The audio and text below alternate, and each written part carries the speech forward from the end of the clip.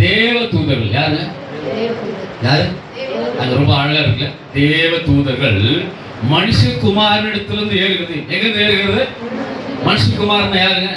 நாம தான். யாருங்க? அப்ப தேவ தூதர்கள் முதல்ல எங்க இருந்து ஏற போறாங்களா? நம்ம கிட்ட இருந்து. நம்ம கிட்ட இருக்கிறது இன்னும் கொஞ்சம் அழுத்தமா சொன்னா, என் கிட்ட, என் ரைட் சைடு இருந்து ஒரு தேவ தூதன் எங்க போக போறான்? அங்க பாருங்க, ரொம்ப தெளிவா சொல்றாரு. தேவ தூதன் என்ன பண்ணானா? மனுஷகுமாரனிடத்திலிருந்து ஏறுகிறதையும் இறங்குகிறதையும் நீங்க இது முதல் தேவ தூதன் ஏறி எங்க போவான்? சோராஜரிங்க,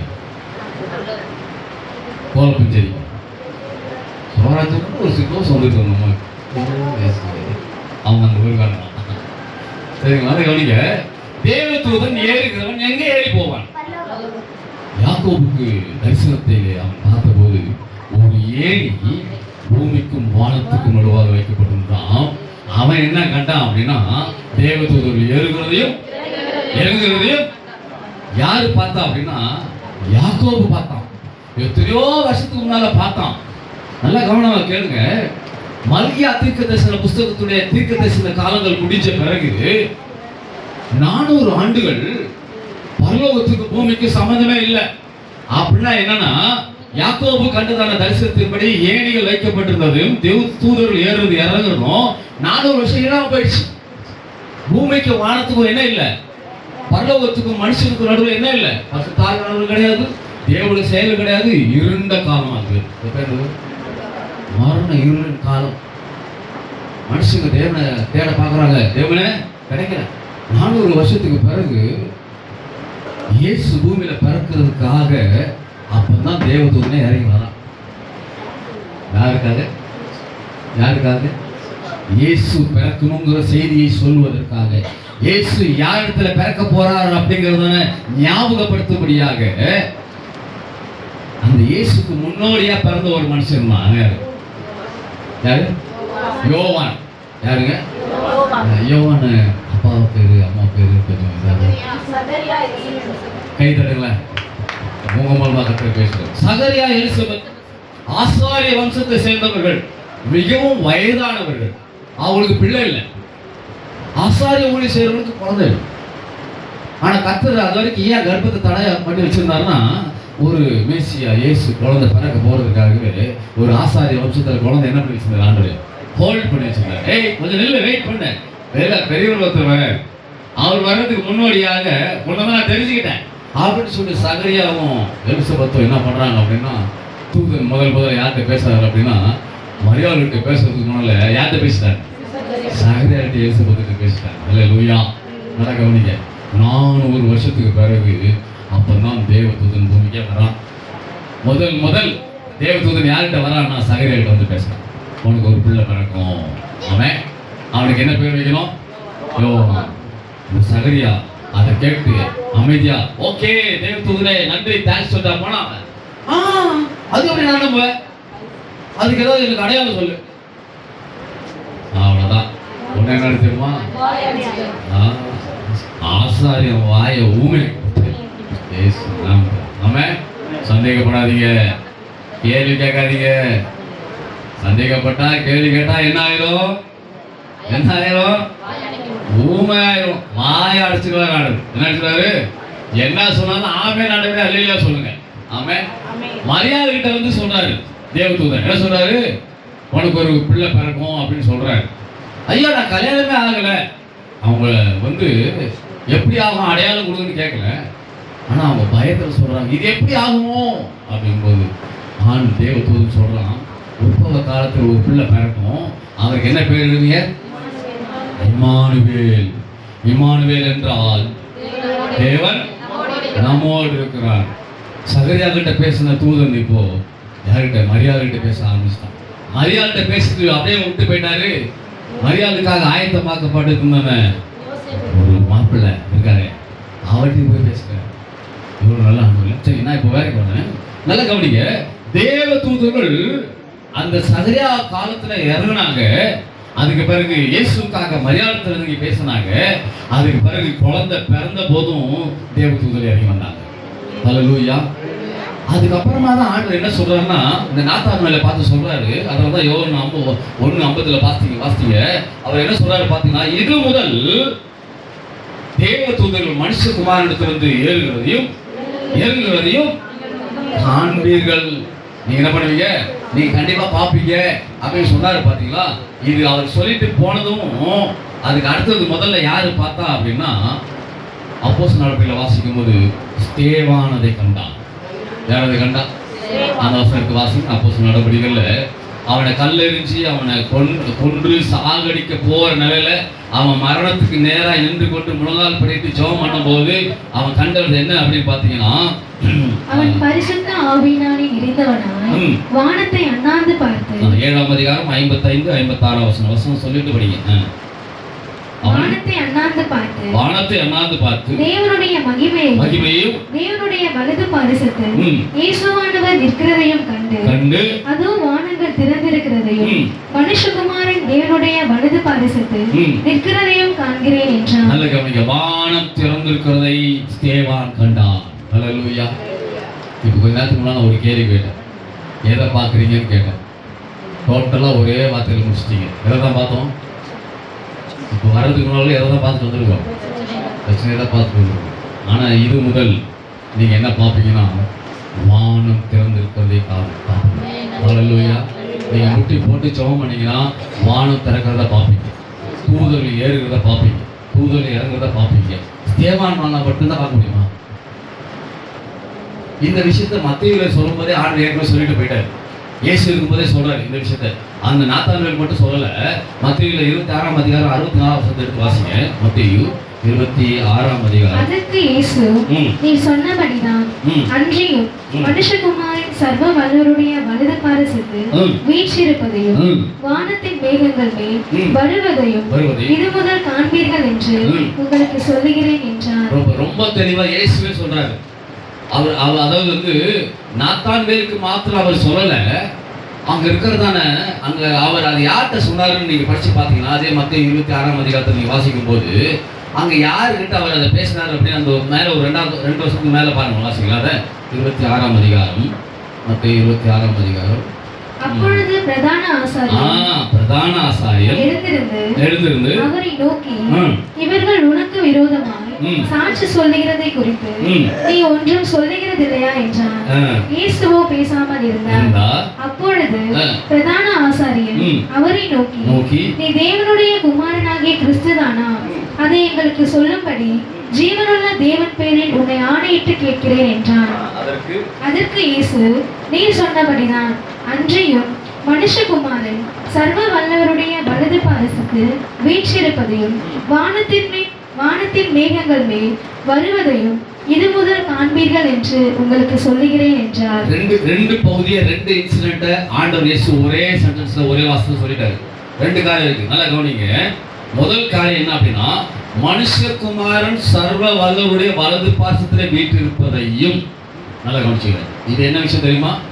இது ஒரு கமா கூட நீங்க போட்டுக்கலாம். ஃபர்ஸ்ட் இன்சிடென்ட் என்ன அப்படின்னா, அவர் எங்க வீற்றிருக்கிறார்? எங்க? ரொம்ப தெளிவா இருக்கும். மனுஷகுமாரன் சர்வ வல்லவருடைய வலது பாசம். சர்வ வல்லவர் என்றால் பிதாவாகி தேவனை குறிக்கிறது, யெகோவா தேவனை குறிக்கிறது. யெகோவா தேவனுடைய வலது பாசத்துல இயேசு என்ன ஆகிறாராம்? என்ன பண்ணிட்டு இருக்காங்க பாருங்க. வலது பாசத்திலே அப்படின்னா உட்கார்ந்து இருக்கிறார். பிதாவுடைய வலது பக்கத்துல குமாரனாகிய இயேசு உட்கார்ந்து இருக்கிறதை, அது எங்க உட்கார்ந்து இருக்காரு அப்படின்னு மேல சொல்லுங்க. சர்வ வல்லவருடைய வலது பாசத்துல எங்க இருக்குங்க? சர்வ வல்லவருடைய ஒரு பகுதி இது. 2வது பகுதி அதுல வசனத்தை என்ன சொல்றாங்க? வீற்றிருக்கிறதையும் வானத்தின் மேகங்கள் மேல் வருவதையும். எப்படிங்க? 2வது என்னதுங்க? ஒரு சென்டென்ஸ், ஒரு வார்த்தை என்ன சொல்றதுன்னா, அவர் சிங்காசனத்துல வீற்றிருக்கிறதை சொல்லுகிறது. 2வது பகுதி என்ன சொல்றதுன்னா, அவர் மேகத்திலே இறங்கி வருகிறதையும் நீங்க காண்பீங்க. ஹல்லேலூயா. இப்போ முதல் சொல்லப்பட்ட வசனம் சம்பவம் நடந்து கொண்டிருக்கிறது. மேகத்தின் மேல் வரப்போகிறதை நாம பார்க்க போகிறோம். ஹல்லேலூயா. எத்தனை பேர் விசுவாசிக்கிறீங்க? ஆமென். நாம இப்ப எதற்காக காத்து கொண்டிருக்கிறோம்? எதை காத்து கொண்டிருக்கிறோம்? என் மணவாளன் வரப்போகிறார், என் மேசியா வரப்போகிறார். மாரநாதா, சீக்கிரம் வாரும் ஐயா. ஆமென். வெளிப்படுத்தல் வாசிக்கும் சொன்னாரு, ஆவியும் மனவாட்டியும் வா என்கிறார்கள், கேட்கிறவனும் வா என்பானாக. இலவசமாய், இல்லையா, பணம் பொருள் காசெல்லாம் கேட்கவில்லை, இலவசமாய் நம்மை கொண்டு போக இயேசு வருகிறார். அல்லேலூயா. நல்ல கவனிங்க, இந்த இயேசு அவங்க என்ன சொல்லிட்டு போறாரு அப்படின்னா, இது முதல் நீங்க என்ன பார்ப்பீங்க அப்படின்னா, நீங்க முட்டி போட்டு ஜெபம் பண்ணீங்கன்னா, அல்லது ஸ்தேவானை போல பாடுகள், நிந்தைகள், அவமானங்கள் கிறிஸ்துவுக்காக நீங்க சகிச்சீங்க அப்படின்னா, உங்க பாடுகளின் நேரங்களில் நீங்க எதை பார்ப்பீங்க அப்படின்னா, சிங்காசனத்துல வீட்டு இருக்கிறவங்க நீங்க பார்ப்பீங்க. அல்லேலூயா. ஆனா பிரச்சனை நேரத்தில் நமக்கு என்ன கண்டு தெரியும்? பிரச்சனை நேரத்தில் நமக்கு என்ன கண்டு தெரியும்? பயம் தான் தெரியும். பிரச்சனத்தில் வேற என்ன தெரியும்? உங்க அனுபவம் சொல்லுங்க. பிரச்சனை நேரம் என்ன தெரியும்? என்ன மனசுக்குள்ள ஓடும் தெரியுமா? அப்பா சாமி, இந்த குடும்பமே வேணாம், இந்த புருஷனே வேணாம், இந்த மனைவியே வேண்டாம்ப்பா, ஐயோ பெத்த பிள்ளையா, ஐயோ ஏன் தான் இதை பெத்தனே தெரியல. பிள்ளைகள் மேல ஒரு அதிருப்தி, மனைவி மேல அதிருப்தி, புருஷன் மேல அதிருப்தி, சமுதாயத்துல சொந்த பந்தம் உறவு என்ன போய் இங்கே கட்டி வச்சாங்கப்பா அப்படின்னு இந்த மாதிரி சூழ்நிலை வரும். ஆனால் நல்ல கவனிங்க, ஸ்தேவானுடைய பிரச்சனை நேரத்துல, அவன் சாக போற நேரத்துல அவன் என்ன பண்ணான் அப்படின்ற ஒரு வசனம் மாத்திரம் உங்களுக்கு காமிக்க போறேன். என்ன பண்ணான்னா, நாங்கள் அப்போஸ்தலர் பாருங்க, இப்போ அப்போஸ்தலர்கள் வாசிக்கும் போது அந்த ஸ்தேவான் செய்த காரியம் என்ன அப்படின்னு பாருங்க. 7ஆம் அதிகாரம் முழங்கால் படியிட்டு, ஆண்டவரே, இவர்கள் மேல் இந்த பாவத்தை சுமத்தாதிரும் என்று மிகுந்த சத்தமிட்டு சொன்னான். அவன் என்ன பண்ணான்னா, முழங்கால் படியிட்டு. பிரச்சனை நேரத்துல ஓடிடலாமா நினைக்காதீங்க, பிரச்சனை நேரத்துல செத்துடலாமா நினைக்காதீங்க, பிரச்சனை நேரத்துல நம்ம அமைதியா பேசாம ஒழிச்சிடலாமா அப்படின்னு நினைக்காதீங்க. பிரச்சனை நேரத்துல என்ன செய்ய சொன்னாங்க? ஸ்தேவான் என்ன செஞ்சா? முழங்கால் படியிட்டான். அல்லேலூயா. என்ன பண்ணலாம்?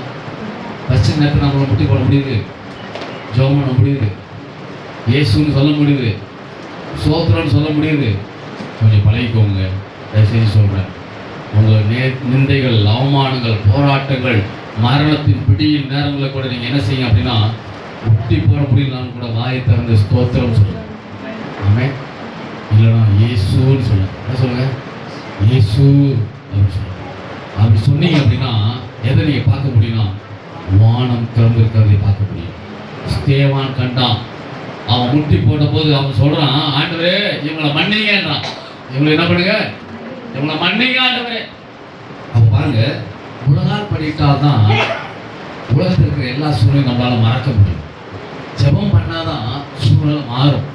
இயேசுவை நோக்கி பார்த்தா தாங்க நன்மை நடக்கும்.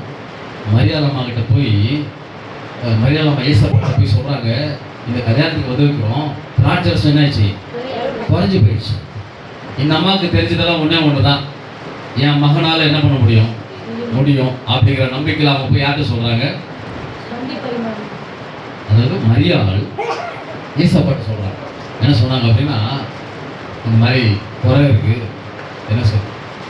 அவர் என்னன்றாரு, உனக்கும் எனக்கு என்ன, நீ ஏன் என்கிட்ட வந்து சொல்றாரு, எதுக்கு கேட்கிறாரு. அப்போ சொன்னாரு, சரி இன்னும் வேலை வரல. என்ன வரல? என்ன வரல? வேலை வரல. அவன் பாதியிலே உட்கார்ந்துட்டு இருக்கிறான். இவர் என்ன சொல்றாரு? இன்னும் வேலை வரல. ஆனா இயேசு முதல் அற்புதத்தை எங்க செஞ்சார் அப்படின்னா, அந்த காணா ஒரு கல்யாணத்துல. அல்லேலூயா. அதாவது கச்சாடியில் இருந்ததான தண்ணீரை என் ஆண்டவர் ருசியுள்ள திராட்சரசமாய் மாற்றினார். அல்லேலூயா. யார் இருந்ததான் நடந்துச்சு? இயேசு இருந்ததான் நடந்துச்சு. இயேசுவை கூப்பிட்டா நடக்கும். உங்க வீட்டுல கூட ருசி இல்லாததான் ருசியா மாத்துறாரு. அல்லேலூயா. இப்போ அவங்க சொல்லிட்டு அவர் என்ன சொல்றாரு அப்படின்னு பாத்தீங்கன்னா, ரெண்டு விஷயத்த சொல்றாரு. ஒண்ணு, நீங்க முட்டி போட்டீங்க அப்படின்னா வானம் திறக்காத பாப்பீங்க. அங்க சர்வ வல்லவருடைய வலது பார்சத்துல குமாரனாகிய இயேசு வீட்டு இருக்கிறத பாப்பீங்க. ரெண்டாவது, அவர் மேகத்தில் இறங்கி வருகிறதை நீங்க பாப்பீங்க. அல்லேலூயா. இப்ப நம்முடைய நம்பிக்கை என்ன தெரியுமாங்க? இயேசு எங்க வர போறாரு? இயேசு எங்க வர போறாரு? மேகங்களில் வரப்போகிறார். அல்லேலூயா. நாம் இயேசுவை எங்க சந்திப்போம்? மேகங்களிலே இயேசுவை சந்திப்போம். 1-2 தெசலோனிக்கர் 4:14 வாசித்தீங்க அப்படின்னா, கிறிஸ்துவுக்குள் மரித்தவர் முதலாவது எழுந்திருப்பார், பின்பு இவருடைய நாமும் அவருக்கு எதிர்கொண்டு போக மேகங்களிலே எடுத்துக் கொள்ளப்படுவோம். அல்லேலூயா. அப்ப நல்லா கவனிங்க, நம்முடைய இந்த உலக வாழ்க்கையில நம்ம நிறைய எதை தான் பார்த்தோம் அப்படின்னா, நம்ம சுற்றி இருக்கிற எல்லாமே அவிசுவாசமானது, நிரந்தரம் அல்லாதது, அனித்தியமானது. இது எல்லாமே பார்த்து பார்த்து பார்த்து சோர்ந்து போய் இந்த ஞாயிற்றுக்கிழமை போனாலாவது ஏதாவது கிடைக்காதா அப்படின்னு ஏக்கத்தோடு கூட வரீங்க. ஆனா இன்னைக்கு கர்த்தர் உங்களை பார்த்து சொல்றாரு, நீங்க இனிமே எதை பார்க்க போறீங்க அப்படின்னா, மனுஷகுமாரன் வலது பாசத்துல வீட்டு இருக்கிறதை காமிங்க, வானத்துல வருகிறதை நீங்க காமிங்க. அதுக்கடுத்து ஒரே ஒரு வருஷத்தை 1-2 தீமோத்தேயுல வாசிக்கும் போது 4ஆம் அதிகாரம் 8வது வசனம் சொல்லும்போது, இது முதல் நமக்காக ஆண்டவர் என்னத்தை தரப்போறார் அப்படின்னா, 2 தீமோத்தேயு 4ஆம் அதிகாரம் 8வது வசனத்தை வாசிங்க, கொஞ்சம் வேகமாக எடுங்க. 2 தீமோத்தேயு. இது முதல் நீதியின் கிரீடம் வைக்கப்பட்டிருக்கிறது, நியாயாதிபதியாகிய கர்த்தர் அந்நாளிலே அதை எனக்கு தந்தருள்வா. எனக்கு மாத்திரமல்ல, விரும்பும் யாவருக்கும் அதை தந்தருள்வார். ஆமே. இது முதல் இனிமே நம்ம எந்த சூழ்நிலை எந்த பிரச்சனையும் பார்க்கணும். உலகம் நடந்தமில்லாத உலகம். சாலமோன் எழுத போது சொல்றாரு, வானத்துக்கு கீழே பூமிக்கு மேல எல்லாமே எல்லாமே எல்லாமே நான் சொல்ற தப்பா நினைச்சுக்கிறாரு. மனைவிக்கு புருஷனும், புருஷனுக்கு மனைவியும், பெற்றோருக்கு பிள்ளையும், பிள்ளைகளுக்கு பெற்றோரும் எல்லாமே என்னதான்? நீங்க சொல்லுங்க, வசனம் அப்படிதான் சொல்லுங்க. வானத்துக்கு கீழே பூமிக்கு மேல எல்லாமே என்னதான்? எல்லாமே என்னதாங்க? ஒன்றும் கொண்டு வந்தது இல்லை, ஒன்றும் யாரும் கொடுக்க போறதும் இல்லை, நம்மளும் யாரும் ஒன்றும் கொடுக்க போறதும் இல்லை. நல்லா கவனிச்சுக்கோங்க, எல்லாமே மாயை, எல்லாமே மாயை. ஒன்று மட்டும் நல்லா தெரிஞ்சுக்க, நம்ம கூட ஒருவர் நிச்சயமுள்ளவர் இருக்கிறார். ஆமென். பரிசுத்த ஆவியானவர் நம்ம கூட இருக்கிறார். இந்த வசனத்தை அவர் சொல்லும்போது சொல்றாரு, நமக்காக வைக்கப்பட்டிருக்கிறது என்ன அப்படின்னா, நீதியின் கிரீடம். என்ன கிரீடம்? எத்தனை பேருக்கு அந்த கிரீடத்தின் மேல நம்பிக்கை இருக்கு? எனக்கு கிரீடம் கிடைக்கும். எனக்கு என்ன கிடைக்கும்? காப்பி போட்டு கொடுத்தா கூட நல்லா இருக்கு நல்லா இருக்குன்னு சொல்ல மாட்டாங்க. வீட்டில் கிடைக்கவே கிடைக்காது எதுவுமே. எப்படிங்க? பரவாயில்ல, இன்னைக்கு நல்லா இருந்துச்சு காப்பி, இன்னைக்கு ஒரு சாப்பாடு குழம்பு நல்லா இருந்துச்சு அப்படின்னு சொல்றாங்க வீட்டில். என்னதான் பாடுபட்டாலும், என்னதான் கஷ்டப்பட்டாலும், எவ்வளோதான் உழைச்சாலும், இடுப்பு வலி கை கால் வலியில் கஷ்டப்பட்டு பெண்கள் எல்லாம் செஞ்சு வச்சாதான் அப்படின்ட்டு போயிடலாம். புதுசாக ஏதான் வாய்த்தது கூட சொல்லலை என்னது அப்படின்னு நமக்கு என்ன இருக்கு பூசு போயிடும். நல்லா கவனிங்க. ஆனால் பரலோகத்து தேவன் உங்களுக்காக எனக்காக நீதியின் கிரீடத்தை தருவாராம். ஆமென். இந்த பூமியில நீங்க எவ்வளவு தேவனுக்காக வாழ்ந்தீங்களோ, எவ்வளவு ஆண்டவருக்காக விசுவாசமாய் வாழ்ந்தீங்களோ, உங்களுக்காக எனக்காக பேருக்கு சொல்றான், நீதியின் கிரீடம் எனக்காக வைக்கப்பட்டிருக்கிறது. எனக்கு மாத்திரமல்ல, அவர் பிரசன்னமாகுதை விரும்புகிற ஒவ்வொருவருக்கும் அவர் நீதியின் கிரீடம் வச்சிருக்கிறார். இப்போ உங்களுக்கு எனக்கு கர்த்தர் என்ன வச்சிருக்காரு? ஒரு கிரீடம் வச்சு நீங்க சொல்லுங்க, ஒரு ஆமேன்னு சொல்லுங்க. ஆமேன்னு சொன்ன கிரீடம் ரெடியா இருக்கு. ஆமேன்னு சொல்லாதவங்களுக்கு எல்லாம் இனிமேல் ரெடி பண்ண போறாரு. ஆனா எல்லாருக்குமே உண்டு. ஆமென். எல்லாருக்கும் அவர் பிரசன்னமாகுதலை அவர் அப்படி சொல்லிட்டாரு. ஆனா தெசலோனிக்கர் சொல்லும்போது சொல்றாரு, மேகத்திலே வருவதை யாரெல்லாம் பார்க்கறாங்களோ, யாரு காதுல எக்கால சத்தம் பிரதான தூதர் சத்தம் கேட்குதோ, அவங்க எல்லாருக்குமே கிரீடம் உண்டு. அம்மா மட்டும்தான் ஆமென் சொன்னாங்க. அல்லேலூயா. கொஞ்சம் கவனமா கேளுங்க. நமக்கு என்ன வச்சிருக்கிறோம்? நீதி கிரீடத்தை. இனிமே நம்ம பிரச்சனை பாடு வரும்போது ஒண்ணு நல்லா தெரிஞ்சுக்கோங்க, இந்த பூமியில எனக்கு ஒண்ணுமே கிடைக்காது. எங்க போனா தான் கிடைக்கும்? பரலோகம் போனா எனக்காக ஆண்டு வச்சிருக்கிற எனக்காக நீதியின் கிரீடத்தை அந்நாளிலே அவர் அதை எனக்கு தந்தருள்வார். எந்த நாளில இல்ல, அந்நாளிலே அவர் அதை எனக்கு தந்தருள்வார். இன்னொரு வருஷம் வெளிப்படுத்தல வாசிக்கும் போது சொல்றாரு பாருங்க, 14ஆம் அதிகாரம் 13ஆம் வசனத்துல வாசிக்கும் போது அவர் சொல்லும்போது சொல்றாரு, இது முதல் நீங்க என்னத்தை பார்க்க போறீங்க? வெளிப்படுத்த 14 பரலோகத்திலிருந்து ஒரு சத்தம் உண்டாக கேட்டேன். அது கர்த்தருக்குள் மரிக்கிறவர்கள் இது முதல் பாக்கியவான்கள் என்றது. கர்த்தருக்குள் மரிக்கிறவர்கள் யார்? அவங்க ஆமென். அல்லேலூயா சொல்லுங்க. ஆமென். யாருக்குள்ள மரிக்கிறவங்க பாக்கியவான்கள்? ஆமாங்க. ரட்சிக்கப்பட்டு 30 வருஷம் 40 வருஷம் ஆயிட்டு கூட கர்த்தருக்குள்ள மரிக்காம வேற மரிக்கிறாங்க. ஆமென். ரட்சிக்கப்பட்டு பல ஆண்டுகள் கிறிஸ்துக்குள்ள வாழ்ந்துட்டு கூட கடைசி நேரத்தில் என்ன ஆயிடுறாங்க? பின்வாங்கி போயிடுறாங்க. நீங்க நிறைய பேர். ஆனா ரட்சிக்கப்பட்டு இப்பதான் 6 மாசம் ஆச்சு, இப்பதாங்க கொஞ்ச நாள் தான் ஆச்சுங்க, நல்ல சபைக்கு வந்தாருங்க, நல்ல ஊழியம் செஞ்சாருங்க, சபையோட ஐக்கியமா இருந்தாருங்க, ஊழியக்காரோட ஐக்கியமா இருந்தாங்க. என்னன்னு தெரியலங்க, திடீர்னு இறந்து போயிட்டாங்க. ஆனா அவர் யாருக்குள்ள மறிச்சிருக்காரு? அவர் கிறிஸ்துவுக்குள் மறித்தவர்கள். யாருங்க? இப்ப நல்லா கவனமா கேளுங்க. ஒரு முக்கியமான ஒரு விஷயத்தை இப்ப நான் உங்களுக்கு ஷேர் பண்ண போறேன். கடைசி நேரத்துல கிறிஸ்துவுக்குள் மறிக்கிறவர்களுக்கு பேர் என்ன அப்படின்னா பாக்கியவான். யாருக்குள்ள மறிக்கணும்? நல்லா கவனிங்க. அந்த கிறிஸ்துவுக்குள் நம்ம மறிக்க கூடாது என்பது பிசாசுடைய பெரிய டார்கெட் நம்ம மேல. உங்களை என்ன ரொம்ப அவன் பயங்கரமா பார்த்துட்டே இருக்கலாம். ஆனா நாம எப்போ மறிப்போம் என்பது நமக்கு யாருக்குமே தெரியாது. பரலோக தேவன் ஒருவரை அறிவார். ஆமென். நம்முடைய நாள் யார் கையில இருக்குது? ஆண்டவர் கையில. அவர் அறியாம ஒன்றும் நடக்காது. நல்லா கவனிங்க. ஆனா நம்ம மறிக்கிற அந்த கடைசி சூழ்நிலை, நம்ம கிறிஸ்துவுக்குள் மறிப்போமா? ரட்சிக்கப்பட்டிருக்கலாம், ஞானம் எடுத்திருக்கலாம், அபிஷேகப்பட்டிருக்கலாம், வரங்களை பெற்றிருக்கலாம், ஊழியம் செய்திருக்கலாம், காணி கொடுத்திருக்கலாம், தசமபாகம் பெற்றிருக்கலாம், திருச்சபைக்கு வந்திருக்கலாம், திருவிருந்துல பங்கு பெற்றிருக்கலாம். ஆனா கடைசி நேரங்களில் பார்த்தீங்க அப்படின்னா நிறைய பேர் என்ன ஆயிடுறாங்க அப்படின்னா, கிறிஸ்துவின் அன்பை விட்டு விலகி தூர போயிட்டாங்க அப்படின்னா அவங்க கிறிஸ்துவுக்குள்ள மறிக்க முடியாமல் போய் விடுகிறார்கள். உங்களுக்கு தெரிஞ்சவங்க நிறைய பேர் கடைசி நேரத்தில் அப்படி ஆயிருப்பாங்க. இல்லை, அவங்க ஞாபகம் எடுத்தவங்க, அவங்க சமைக்கலாம் வந்தவங்க தாங்க. ஆனால் கொஞ்ச நாளாக என்ன ஆகிட்டாங்க? அவங்க பின்மாறி போயிட்டாங்க, பின்வாங்கி போயிட்டாங்க, பல பழக்க வழக்கத்தில் போயிட்டாங்க, பல கேடுகளுக்குள்ள போயிட்டாங்க, பல ரவுடிசத்தில் போயிட்டாங்க, பல தவறான முடிவுகளுக்குள்ள போயிட்டாங்க.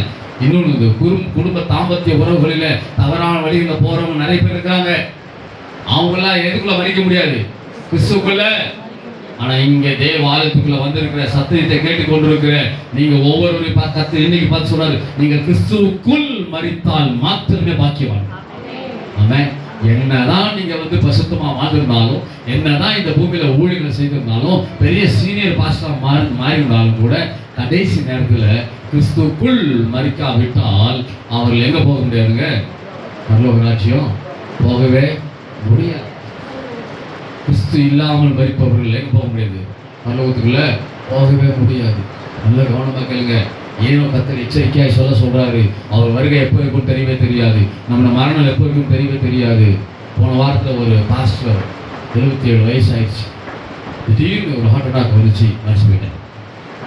நல்ல ஊழியம் செய்து வருவோம், நிறைய போறவர்கள் மத்தியிலெல்லாம் போய் நிறைய ஊழியங்கள் செய்து ஆத்மாக்களை சம்பாதிச்சு, கேரளாவிலிருந்து பாஷை தெரியாமல் தமிழ்நாட்டுக்கு தமிழை கற்றுக்கிட்டு ஊழியம் செய்து நல்ல பெரிய சபை கட்டி அவர் இறந்து போயிட்டார். மரணம் மனுஷனுக்கு எப்போ வரும் தெரியவே தெரியாது. ஆனால் ஜாக்கிரதா இருங்க, நம்ம மரிக்கும் போது கிறிஸ்துவுக்குள் மரிக்க வேண்டும், விசுவாசத்தில் மரிக்க வேண்டும், இயேசு நாமத்தில் மரிக்க வேண்டும். அப்படி மரிக்கிறவனுக்கு பேர் தான் பாக்கியவான்கள். ஹல்லேலூயா. நல்லவே. இந்த இப்போ சொல்லிக் கொடுத்த ஒரு 3-4 வசனங்கள் மாத்திரம் சொல்லிக் கொடுத்துருக்கிறேன். அவர் என்ன சொல்றாரு அப்படின்னா, இதிலும் பெரிதானவைகளை காண்பார். என்னங்க இன்னைக்கு வந்தவங்களுக்கு கர்த்தர் என்ன சொல்றாருன்னா, இதிலும் சௌரியம். ஒரு சாட்சி சொல்லும்போது சொன்னாங்க, நான் எதனாலும் ஆண்டுகிட்ட தான் கேட்பேன், ஆண்டு தருவாரு. வீடு கேட்ட ஆண்டு வீடு தருவாரு. இன்னும் என்னால கொடுத்தாரோ தெரியல. ஒரு பெரிய லிஸ்டே அவங்க சாட்சி சொல்லலாம். நேரங்களால அவங்க போய் உட்காந்துட்டாங்க. நல்லா கவனிங்க. யாரை கேட்டாங்க அவங்க? யாரை கேட்கணும்? நம்ம யாரு மேல நம்பிக்கை வைக்கணும்? நம்ம விசுவாசம் யார் மேல வைக்கணும்? அவர் மேல விசுவாசம் வச்சு நீங்க ஜெபம் பண்ணி பாருங்க, ஏற்ற நேரத்தில் தருவார். ஆமென். அதிக நாள் காத்திருப்பது இருதயத்தை விரும்பினது வரும்போதோ ஜீவ விருட்சம் போல வரும். அது எங்கிருந்து வரும்? அது ஆமா, ஜீவ ஊற்றாகிய கிறிஸ்து நடத்துல அது வந்தால் அது ஜீவ விருட்சம் போல இருக்கும். கர்த்தரே ஆசீர்வாதம் தருவார். அதோடு என்ன பண்ண மாட்டார்? வேதனை கூட்டவே மாட்டார். காத்திருங்க பரவாயில்ல, காத்திருங்க பரவாயில்ல, கர்த்தர் ஜீவன் உள்ளதை தேவன் உங்களுக்கு தருவார். ஆமா, எல்லாம் கவனமா கேட்டுக்கோங்க. இது முதல் நீங்க என்ன பார்க்கணும் அப்படின்னா, என்ன சூழ்நிலாலும் முட்டி போடுறது, என்ன சூழ்நிலும் சோதனை பண்ணுங்க, என்ன சூழ்நிலும் ஜெபம் பண்ணுங்க. அப்போ நாம் எதை பார்ப்போம் என்று சொன்னால், வானம் திறந்திருக்கிறது. எதை திறக்கிறது? நமக்கு வசனம், நமக்கு ஆசீர்வாதம் எங்க வரும்? தாவீது சொன்னான். என்ன சொன்னான் சங்கீதத்தில்? எனக்கு ஒத்தாசை வரும்.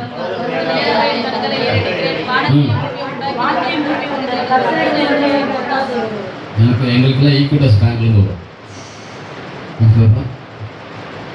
ஈக்விட்டஸ் பேங்க் இன்னும் நிறைய இருக்குல்ல. எங்களுக்குலாம் எங்கேருந்து வரும்? ஆன்லைன்லே, எதிரியே ஃபோன்லே லோன் என்ன ஆயிடுது?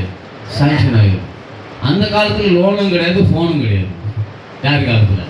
தாவீது காலத்தில். அவர் என்ன பண்ணுவாரா? வானத்தையும் பூமியையும் உண்டாக்கின கர்த்தரிடத்திலிருந்து ஒத்தாசை வந்துச்சா வரலையாங்க? சிங்காசனமே வந்துச்சுங்க. ராஜா போஸ்ட் வந்துச்சு தாவீதுக்கு. அல்லேலூயா.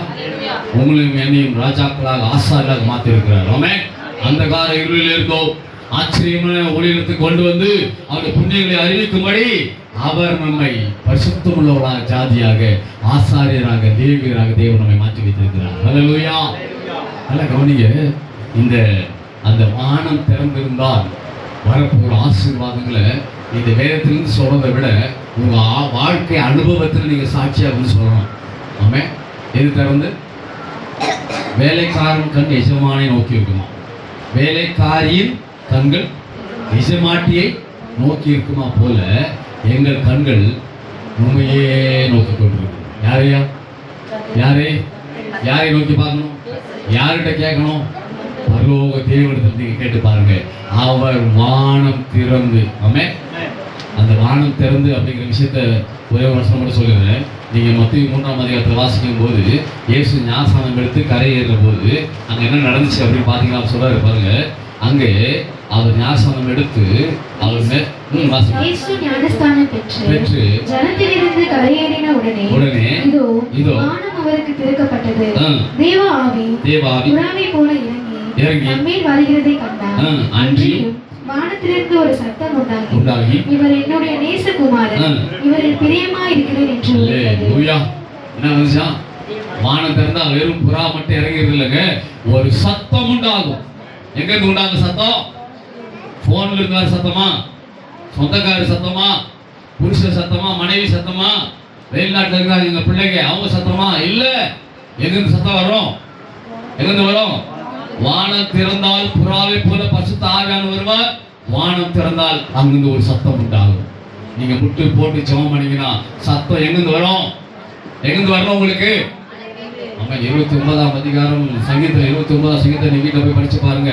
கர்த்தரின் சத்தம் அப்படின்னு சொல்லப்பட்டது இல்லையா?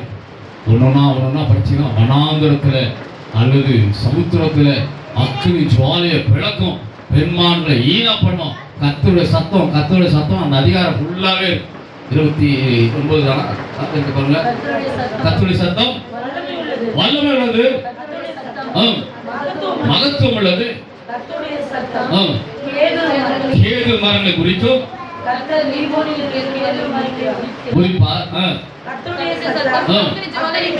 அக்கினி ஜுவாலையை பிளக்கும், அதிர பண்ணும், பெண்மான்களை ஈனும்படி செய்யும். இப்ப அந்த அதிகாரத்துல பாத்தீங்கன்னா என்ன இருக்குன்னா கர்த்தருடைய சத்தம். அல்லேலூயா. நம்ம காது எதை கேட்டு பழகிடுச்சு? இது வரைக்கும் ஆயா கதை கேட்டு பழகிடுச்சு, அக்கா கதை கேட்டு பழகிடுச்சு. ஒரு நாள் கேட்கணும்னா போர் அடிக்கும். யார் சத்தம் கேட்கணும்? வானம் திறந்தால் இயேசுக்கு என்ன சத்தம் வந்து தெரியுமா? இவர் என்னுடைய நேசகுமாரன், இவரில் இப்ப இயேசுக்கு மட்டும்தான் அப்படி சத்தம் வருமா? உங்களுக்கு எனக்கு அது வருமா? நான் விசுவாசத்தோட ஒண்ணு சொல்றேங்க. இன்னைக்கு இந்த ஆராதனைக்கு வந்த ஒவ்வொருவரையும் பார்த்து பரலோகம் என்ன சொல்லுது அப்படின்னா, வானம் திறந்துருச்சு. அவர் என்ன பேசுறாரு அப்படின்னா, இவர்களில் நான் பிரியமா இருக்கிறேன், இவர்கள் என் நேச பிள்ளைகள். அல்லேலூயா, அல்லேலூயா. மனுஷன் இன்னைக்கு ஒன்று சொல்றான், நாளைக்கு ஒன்று சொல்லிட்டு போயிடறான். நேற்று ஒன்று சொல்றான், இன்னைக்கு ஒன்று சொல்றான். அவன் சத்தம்லாம் பொய், மனுஷன் சத்தம்லாம் பொய். இதுல நம்ம பெந்தேகோஸ்து கிறிஸ்தவர்கள நிறைய நேரத்துல எது கேட்க போறாங்க? அதை கேட்க போனாலும் பரவாயில்ல. அந்த ஊழியக்காரர் கரெக்டா சொல்லுவாரா? நல்லா பாஸ்டரா பார்த்து சொல்லுங்க. எப்படிங்க என் வாழ்க்கை அப்படியே என்ன பண்ண அவரு கரெக்டா சொல்லுவாரா? நடக்க போது சொல்லுவாரா? லோன் கிடைக்குமா கிடைக்காதா கொஞ்சம் கேட்டு சொல்லுங்க. யாரு கட்டிடு? காசு கட்டிடு. டேய், நீ லோன் வாங்கினா உனக்கு இங்கே தான் இருப்ப. உனக்கு என்ன சத்தம் கேட்காது? எக்கால சத்தம் கேட்காது, பிரதான தூது சத்தம் கேட்காது, மேகத்துல ஏசு வர்றது உன் கண்ணு பார்க்காது. எவ்வளவு சொன்னாலும் சத்தம் யாருதான் எதிர்பார்க்குது? நல்லா கவனிங்க. கர்த்தருடைய சத்தம் அது அங்கிருந்து என்ன சொல்லுது அப்படின்னா, இவர் என்னுடைய. உங்களை பார்த்து என்ன பார்த்து அது சொல்ல முடியுமா? இயேசுக்கு மட்டும் தான் சொல்ல முடியுமா? நமக்கு சொல்ல மாட்டாரா? நீங்க சொல்லுங்க, உங்களை பார்த்து நீ என்னோட நேசகுமாரன் குமாரத்தின் கத்து உங்களை பார்த்து சொல்லியிருக்கீங்களா?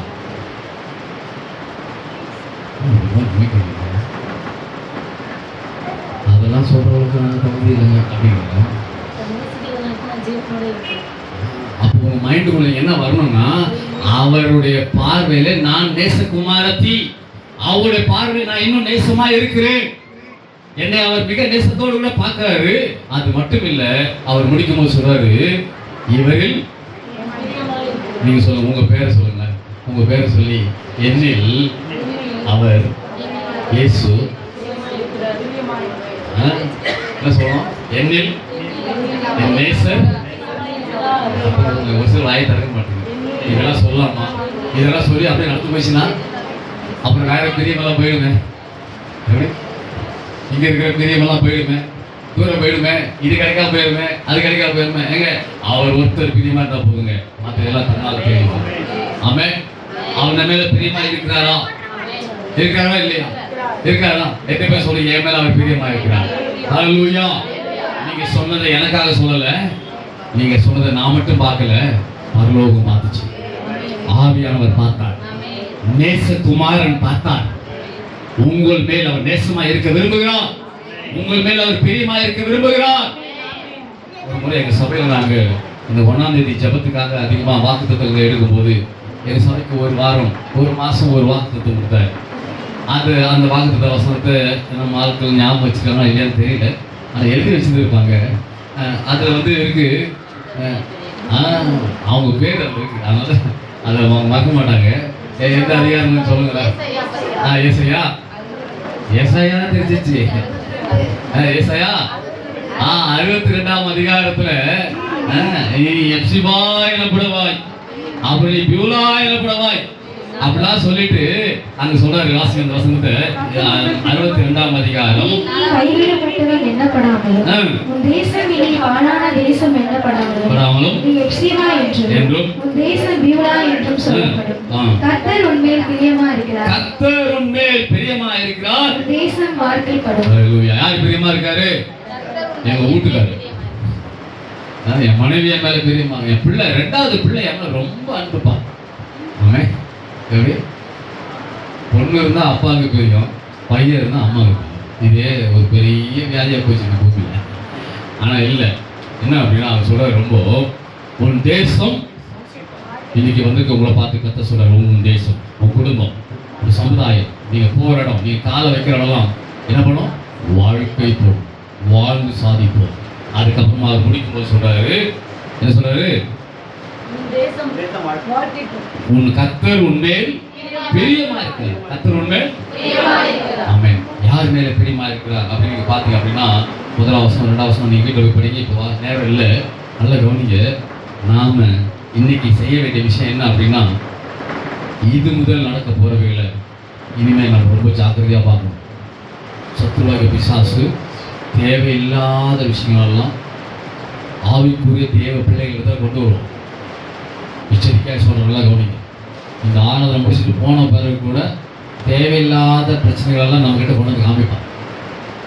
அது குடும்பம் மூலமாக இருக்கலாம், சமுதாயம் மூலமாக இருக்கலாம், சொந்த பந்தங்கள் மூலமாக இருக்கலாம், உலகத்தில் உள்ளவர்களாக இருக்கலாம், யார் மூலமாக இருக்கலாம், பிள்ளைகள் மூலம், கணவன் மூலம், மனைவி மூலம், தேவையில்லாத சம்மந்தமே இல்லாத விஷயத்தெல்லாம் கொண்டு வந்து நம்மளை வந்து அவங்க என்ன பண்ணணும் அப்படின்னா, தேவ சத்தம் கேட்கக்கூடாதபடி, வானம் திறக்கிறத பார்க்கக்கூடாதபடிக்கு சத்துருவாகிய பிசாசு தந்திரமா பல காரியத்தை கொண்டு வருவான். ஜாக்கிரதையா இருந்து போங்க. கர்த்தர் இன்னைக்கு சொல்லி அனுப்புறாரு, இது முதல் நீங்கள் வானம் திறந்திருக்கிறதை பார்ப்பீர்கள். ஆமென். அப்போ அவர் இன்னொன்னு சொல்றாரு, கடைசியா சொல்லி முடிச்சிடுறேன். 50வது வருஷத்துல சொல்லும்போது சொல்றாரு, இதிலும் பெரிதானவைகளை, எப்படிங்க? இதிலும் காண்பாய். ஆமென். ஆண்டு எவ்வளவு அன்பா இருக்கார்ல நம்ம மேல. போன மாசம் அதை கொடுத்துட்ட, இந்த மாசம் முடியாது அப்படின்னு உலகம் பண்ணும். கம்பெனிகள்லாம் இப்போ என்ன பண்ண ஆரம்பிச்சு தெரியுமா? சம்பளத்தெல்லாம் கம்மியாக்கிட்டாங்க, ஒர்க்கர்ஸ் எல்லாம் கம்மியாக்கிட்டாங்க. எல்லாமே இந்த உலகம் என்ன பண்ணிட்டு போகுதுன்னா கம்மியாகிட்டே போகுது. இன்னொரு பக்கம் பார்த்தீங்கன்னா விலைவாசி மட்டும் என்ன ஆகிட்டே போகுது, ஏறிட்டே போகுது. அவனால முடிஞ்சதெல்லாம் என்ன பண்ணிட்டே இருக்கிறான், எதுலெல்லாம் ஏற்ற முடியுமா என்ன பண்ணிட்டே இருக்கிறான், ஏற்றிக்கிட்டே இருக்கிறான். ஆட்சின்றோம், ஆட்சி மாற்றம்ன்றோம், ஆட்சி மாற்றம் வந்தாலும் சரி, ஆள் மாற்றம் வந்தாலும் சரி, சிஎம்ஏ மாறினாலும் சரி, ஆனா என்ன மாறவே இல்லை, மனுஷனுக்கு அனுகூலமானவர் என்னவாக. ஆனா என்னைக்கு நேசகுமாரன் இயேசு பூமிக்கு வந்தாரோ அன்னையிலிருந்து நீங்கள் நான் ஆசீர்வதிக்கப்பட்டோம். ஆமென். அப்போ இது முதல் வானம் திறந்திருக்கிறது. அடிக்கடி நான் சொல்லுவேன், ரட்சிக்கப்படுகிற ஒவ்வொருவருக்கும் ஒரு தேவ தூதனை கர்த்தர் அப்பாயின்ட் பண்ணுவார். ஹல்லேலூயா. உங்க தூதன் உங்க கூட இருக்காங்களா? ஒரு சிலர்லாம் எப்போ சந்தோஷமா சொல்றீங்க. தேங்க்ஸ். சந்தோஷம். நம்ம போகும்போது வரும்போது தூதர் வந்து தரோம். ஆமென். நான் ஒரு விஷயத்தை அடிக்கடி சொல்லுவேன், என் வாகனத்தில் போகும்போது முன்னாலேயும் ஒரு தூதம் வரணும், முன்னாலேயும் ஒரு தூதம். நான் வீட்டை விட்டு கிளம்புனா என் கூட வர தூதர் டிபார்ட்மெண்ட் வேற, என் வீட்டை பாதுகாக்கிற டிபார்ட்மெண்ட் வேற. அங்கேயும் 2 பேர் நிற்கணும். நீங்க எத்தனை பேர் சொல்றீங்க? இதெல்லாம் கேட்கணுமா வேண்டாம்? காப்பாற்றுக்கிறதுக்காக அபிஷேகம் பண்ணப்பட்டவன் தேவ தூதன். ஆமென். உங்களுக்கு எனக்கு அவன் வேலை என்னதான்? உங்களுக்கு எனக்கு அவன் வரணும். ஜெயிலுக்கு வந்தானா இல்லையா? ஜெயில் சொல்ல முடியாது. சிறைச்சாலைக்கு வந்தானா இல்லையா? வந்தானா இல்லையா? சிங்க கேபிக்குள்ள வந்தானா இல்லையா? வரணுமா கூடாதா? வந்தானா இல்லையா? உங்களுக்கு எனக்கு வரணுமா கூடாதா? தானியேல் மட்டும்தானா? நமக்கு தேவதூதன். ஹல்லேலூயா. மனுஷகுமாரனிடத்திலிருந்து தேவதூதன் ஏறுகிறது இறங்குகிறது. இது முதல் காண்பீங்க. உங்க வீட்டுல நான் சொல்றேன், நீங்க ஒவ்வொரு ஜெப விண்ணப்பம் பண்ணும் போது ஒரு தூதன் போயிட்டு வரணும். அவனுக்கு வேலை வைக்கணும். நீங்க வைப்பீங்களா? வேலை வைப்பீங்களா? அவனுக்கு யாருக்கு வேலை கொடுக்கணும்? அவனுக்கு ஆண்டவர் என்ன அபிஷேகம் பண்ணாரு, அதுதான் வேலை. அவன் ஏறணும், இறங்கணும். ஏறி போய் என்ன சொல்லுவான்? என்ன பத்தி சொல்லுவான். நம்ம என்ன சொன்னோமோ அதுக்கு போய் என்ன பண்ணுவான்? சொல்லுவான். சொல்லிட்டு திருப்பி வரும்போது பதில் அவன் கொண்டு வருவான். இதுக்கு அவனுக்கு நம்ம என்ன பண்ணணும்? ஐயா, இது வரைக்கும் நான் அவனுக்கு வேலையே கொடுக்கல. அவன் நிம்மதியாக இருந்தான். அவனை இனிமேல் டிஸ்டர்ப் பண்ணுங்க. தேவதூதன் என்ன பண்ணுங்க? 3 நாளாக கொடுங்க. இந்த சிறைச்சாலை அனுபவத்தை கொடுத்து படித்து பார்த்தீங்க அப்படின்னா, தேவதூதன் இறங்கி வந்த உடனே அந்த இருளான சிறைச்சாலை பிரகாசமாக மாறிடுச்சு. என்ன மாறிடுச்சு? வெளிச்சமாக மாறிடுச்சு. உங்கள் வீட்டுக்குள்ள தேவதூதன் இறங்கி வந்தானா அது ஒரு பெரிய சப்ஜெக்ட். இந்த தேவதூதன் வந்தால் இறங்கினா என்னெல்லாம் நடக்கும், இது வரைக்கும் என்னெல்லாம் நடந்துச்சு உங்களுக்கே நிறைய விஷயம்லாம் தெரியும். ஆனால் இப்போ நேரம் நான் இதோட முடிக்க போகிறேன். நல்ல கவனிங்க. இது முதல் வானம் திறந்திருக்கிறதையும் மனுஷகுமாரனுக்கு தேவதூதன் ஏறுகிறதையும் இறங்குகிறதையும் காண்பீர்கள். ஹல்லேலூயா, ஹல்லேலூயா. இந்த கடைசி காலத்தில் சபைகளில் இதை பற்றிலாம் சொல்லிக் கொடுக்க மாட்டாங்க. ஆசீர்வாதத்தை பற்றி பேசுகிறாங்க, கிருபையை பற்றி பேசுகிறாங்க, சுகமளிப்பதை பற்றி பேசுகிறாங்க, நிறைய விஷயத்த சொல்லிக் கொடுக்குறாங்க. ஜனங்களுக்கு சாதகமாக நிறைய விஷயத்தை சொல்லிக் கொடுத்துட்டு போயிடுறாங்க. வேதாகமத்தில் சொல்லப்பட்டவரை சொல்ல மறந்து போயிடுறாங்க. ஆனால் இன்னைக்கு நீங்கள்லாம் பாக்கியம் பெற்றீங்க. உங்களுக்கு வானம் திறந்திருக்கிறது. ஆமென். அங்கிருந்து புறாவை போல பசுத்தாவி இறங்கி வருவார். நீங்க ஜெபம் பண்ணும் போதெல்லாம் உங்க மனசுக்குள்ள என்ன வரணும்னா, வானம் திறக்குது, பசுத்தாவி இறங்கி வராரு. சத்தம் எங்கிருந்து வருது? எங்கிருந்து வருது? ஜெபம் பண்ணி ஆமென் போடுறதுக்கு முன்னாலே சத்தம் வந்துடும். தானியேல் ஜெபம் பண்ண ஆரம்பிக்கும் போதே உத்தரவு வந்துச்சு. ஹல்லேலூயா. ஆமென். ஜெபம் பண்ணி முடிக்கிறதுக்குள்ள என்ன வந்துருச்சு?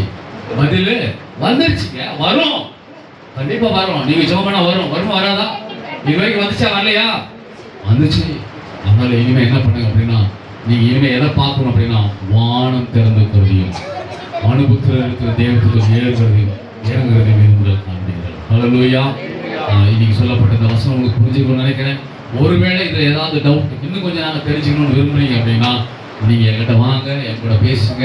அது தேவ ஆலயத்தில் இருக்கலாம், அது உங்கள் வீட்டு ஜப கூட்டங்களாக இருக்கலாம், எதனாலும் வைங்க. அங்கே தேவ நாமம் உயர்த்தப்படும். ஹல்லேலூயா. கர்த்தர் உங்களை ஆசீர்வதிப்பார். ஒரு விசேஷ பாடலை சகோதர பிள்ளைகள் பாட இருக்கிறாங்க. அதை பாடும் போது கற்றுக்கிட்டு உங்களுக்கு முடிந்த காணிக்கையை கற்றுக்காக சேர்த்துங்க. கர்த்தர் உங்களை ஆசீர்வதிப்பார்.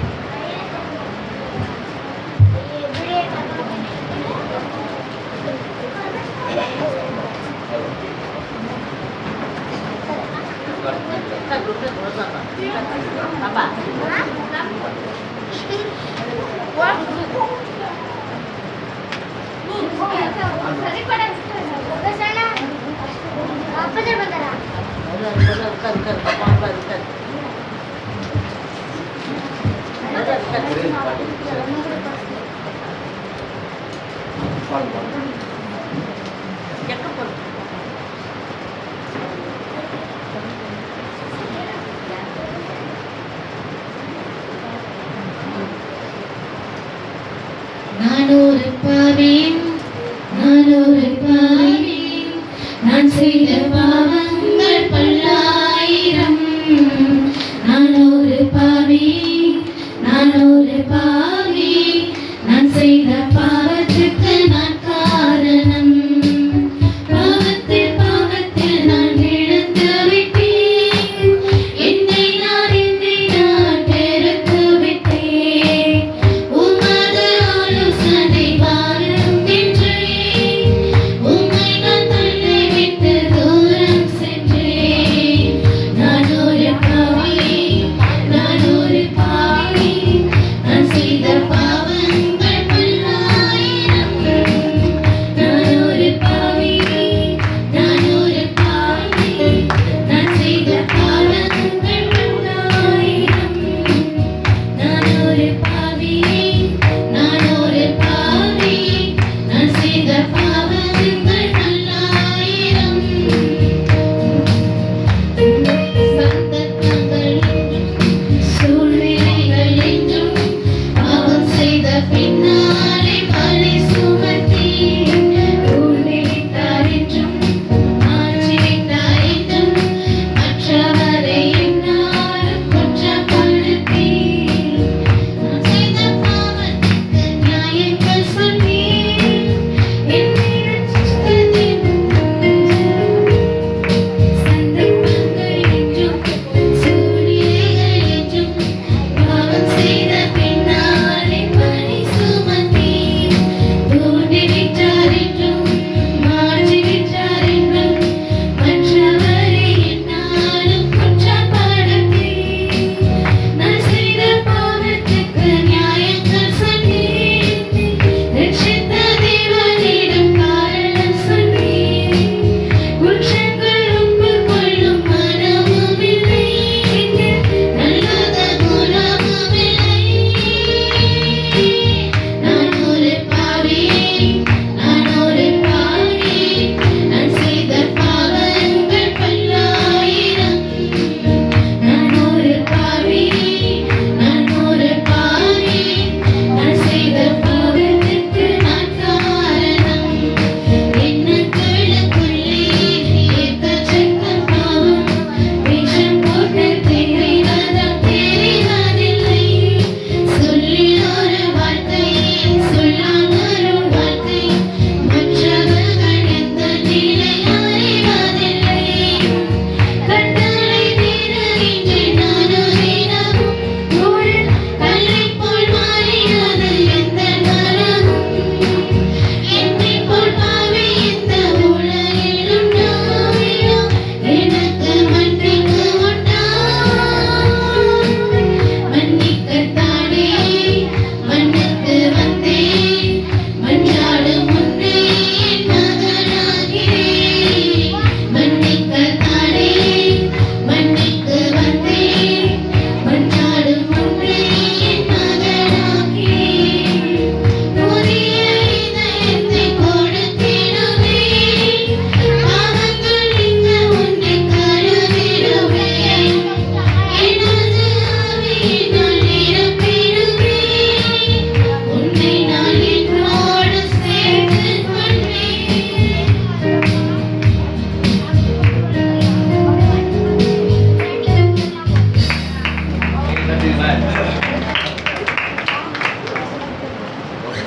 அதனால இப்போ நல்லது கற்றுக் கொடுத்த அந்த காணிக்கையை ஆசீர்வதிக்கிறோம்.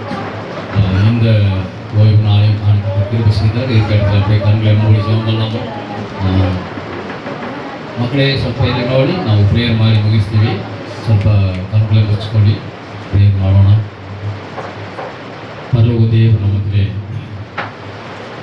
ஆரம்ப ஜெபம் முதல் இதுவரை நடத்திட்டு வந்திருக்கிறார். ஒவ்வொரு நிமிஷமும் ஒவ்வொரு நொடியும் இந்த சபையில் பண்ணப்பட்ட ஒவ்வொன்றையும் பரலோகம் எழுதி வச்சிருக்கு.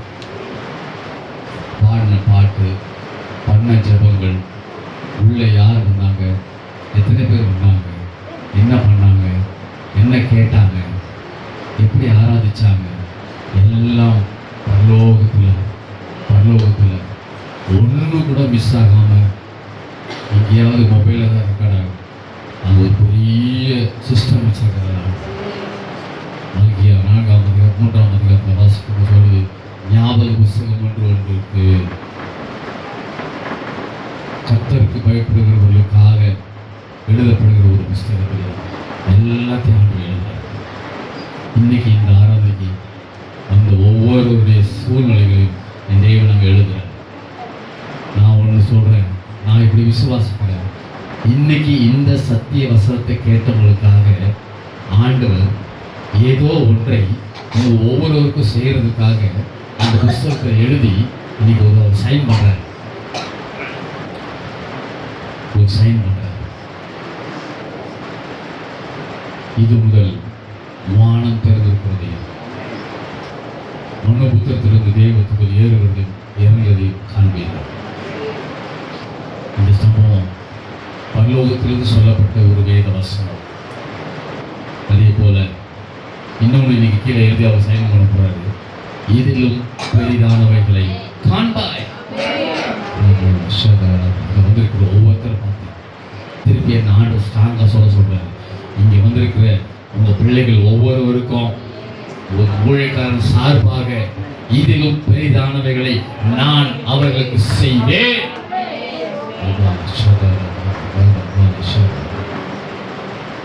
இதுவரை இழந்து போனதெல்லாம், இதுவரை நீங்க எதிர்பார்த்ததெல்லாம், இதுவரைக்கும் நீங்க விரும்பினதெல்லாம் என் தேவன் செய்ய போறாரு. அங்கீகாரம் பண்ணிட்டார். பெற்றுக்கொள்வது உரியதாக. நீங்க இனிமே வானத்தை மட்டும் தான் நோக்கி பார்க்கணும். வேற எதுவும் பார்க்காதீங்க. வேற எந்த மனுஷனையும் பார்க்காதீங்க. யார்கிட்டையும் கேட்காதீங்க. உங்களுக்காக நான் ஜெபம் பண்ண போறேன். இந்த ஜெபத்துக்கு பிறகு நீங்க நிறைய சாட்சியை நீங்க என்கிட்ட வந்து சொல்ல போறீங்க. நிறைய உங்க மக்கள்கிட்ட பேச போறீங்க. உங்க சொந்த நண்பர்கிட்ட சொல்ல போறீங்க. இப்ப எல்லாம் கர்த்தர் எனக்கு என்னென்னமோ பண்ண ஆரம்பிச்சிட்டாரு, எதெல்லாம் செய்ய ஆரம்பிச்சிட்டாரு. சபையில இந்த மாதிரி வார்த்தைகள் வந்துச்சு. கர்த்தர்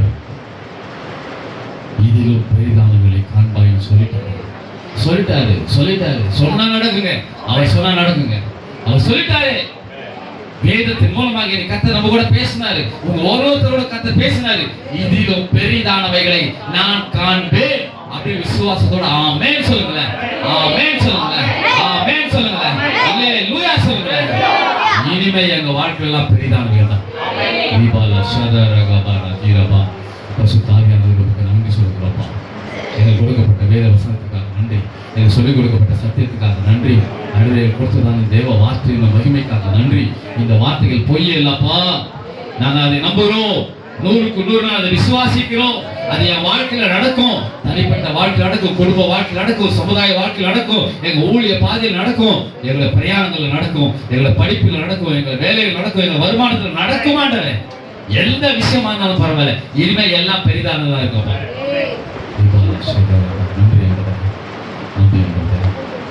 சொல்லிக் கொடுக்கப்பட்ட வேத வசனத்தை 100க்கு 100 நாங்கள் விசுவாசிக்கிறோம்.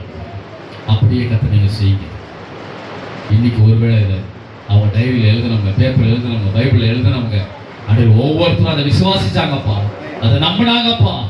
நீங்க தருவீங்கன்றதை 100க்கு விசுவாசிக்கிறாங்க. அவளுக்கு நீங்க அப்படியே செய்யுங்கப்பா. நாங்கள் யார் இடத்துலையும் போகல, உங்கள்கிட்ட தான் வந்து இருக்கிறோம். தாவீது சொன்னது போல வானத்தை பூமி உண்டாக்கின கத்தெடுத்தது எங்களுக்கு ஒத்தாசை வரும்.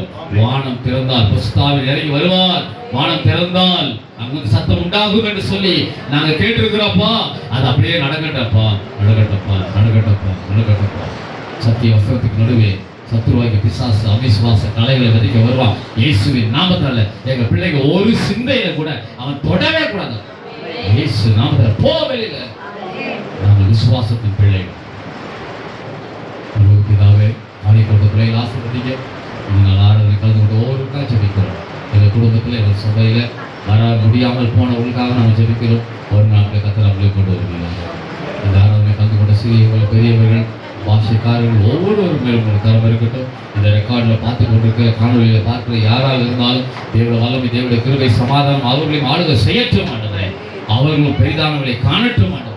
நன்மை செய்ய காத்துக்கொள்ளும். துதிக்க நம்மை செலுத்துகிறோம். இயேசு மூலம் கேட்கிறோம். நல்ல பிதாவே, என் ஆத்மாவே உம்முடைய ஸ்தோத்திரி, என் உள்ளமே பரிசுத்தமானவருடைய ஸ்தோத்திரி, என் ஆத்மாவே உம்முடைய ஸ்தோத்திரி. கர்த்தர் செய்த சகல உபகாரங்களும் நம்ம கர்த்தராகிய இயேசு கிறிஸ்துவின் கிருபையும் பிதாவாகிய தேவனுடைய அன்பும் பரிசுத்த ஆவியானவருடைய அனுமதிக்கும் சமாதான சந்தோஷம் நம்ம அனைவரோடு கூட இயேசு வரும் வரை நம்மளை நிலைத்திருப்பதாக. ஹalleluya